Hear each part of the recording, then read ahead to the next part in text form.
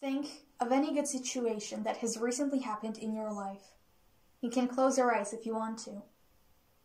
Picture it vividly and focus on how you felt in that exact moment.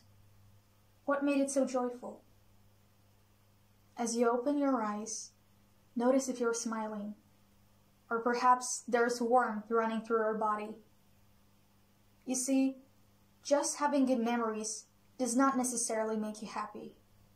But if you put effort into recalling the positive emotions actively, the patterns between your neurons will strengthen, which means that your brain will be a lot more likely to remain biochemically happy, causing you to feel content more often. On the other hand, if you keep on dwelling on your past unpleasant experiences, your brain will be accustomed to creating negative neural connections, leaving you with a recurrent bad mood. Actually, every single thought we have contributes to neurotransmitter release. Thereby, if you pay attention to your negative thoughts, you will train your brain to focus just on the negatives, which in the long run may lead to mental illnesses.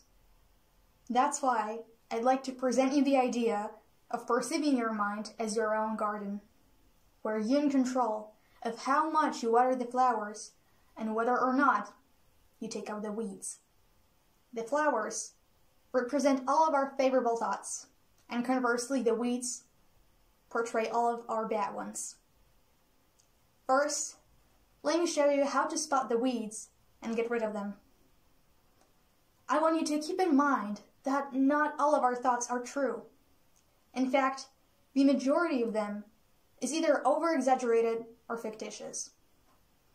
If you're seeking more inner peace, it is crucial that you don't believe everything that takes place in your head. It is estimated that the average person thinks between 50 to 80,000 thoughts per day. Thereby, you don't have to believe every silly thought you have. Also, it is in our nature to be quite self-critical. Whenever we make a mistake, we immediately think to ourselves, I'm an idiot, I suck, and so on. Yet, we don't even bother to be objective. We consider those thoughts as factual right away. Thereby, next time you get mad, sad, or overwhelmed, I want you to ask yourself if the thoughts you're experiencing are actually true. As you start to rationalize your thoughts, you gain the ability to tell flowers and weeds apart. Thus, you become more self-aware of your beliefs and reactions to different ideas.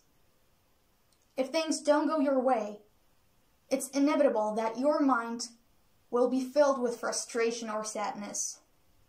However, in this particular moment, your perception matters most. If you consider the situation miserable, hopeless, you end up watering your weeds. On the contrary, if you let yourself feel the occurring emotions without the judgment and try to find different possibilities of solving the problem, you'll learn and grow. Hence, you sow the flower in the garden of your mind. Moreover, you cannot forget about embracing the positives. So anytime something good happens in your life, take advantage of it by experiencing it with all your senses. For instance, when I go for a walk through the woods, I pay attention to various details. I focus on the warmth or coldness of the passing breeze, stop for a while, and listen to the beautiful sounds of nature. Being mindful of everyday small things helps you to shift your mindset. Thereby, focusing on the bright side becomes more habitual. Now, a weed grows way easier than a flower does. It's been proven that negative thoughts are up to 5 times more powerful than the positive ones. That's why incorporating gratitude into your daily routine can be a powerful tool at your disposal. People who take their time to think deeply of what they're thankful for live longer and are more immune to mental illnesses. Personally, my life has become more meaningful and joyful after I started to overthink all the things I was grateful for. With time, my thinking patterns shifted. I became able to manage my negative thoughts more effectively and notice the positives more often. At that time, the garden of my mind began to bloom with flowers. Thank you.